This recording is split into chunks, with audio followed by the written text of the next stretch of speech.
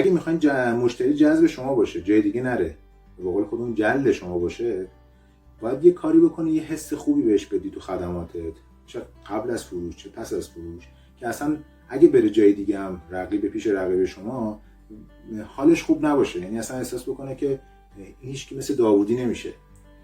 چطوری؟ این نکته، این مهره اصلی ما توی کشور، توی خدمات دهی کشورمون همینه. شما مثالش رو چندین مدل میتونید اگه از این به بعد دقت بکنید میتونید ببینید یا شاید دیده باشید. من یک دو تا مثال بزنم. رفتم کارواش ماشین رو مرتب بکنم، شما دیدی اونجا حواست نباشه شیشه‌تو خوب تمیز نمیکنه، نمیدونم از سر ته کار میزنه، تو خیلی از جاها همینطوره، مخصوصا میگم تو کارهای خدماتی.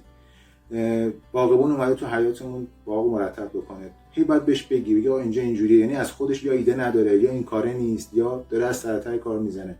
ببین همه اینا باعث میشه من دلم خوب نیست با اون شخص. دفعه بعد اونو نمیگم، مجبورم بگرم دنبال کسی دیگه. موزل ما میشه نیروی انسانی متخصص، نیروی انسانی که دل نمیسوزونه.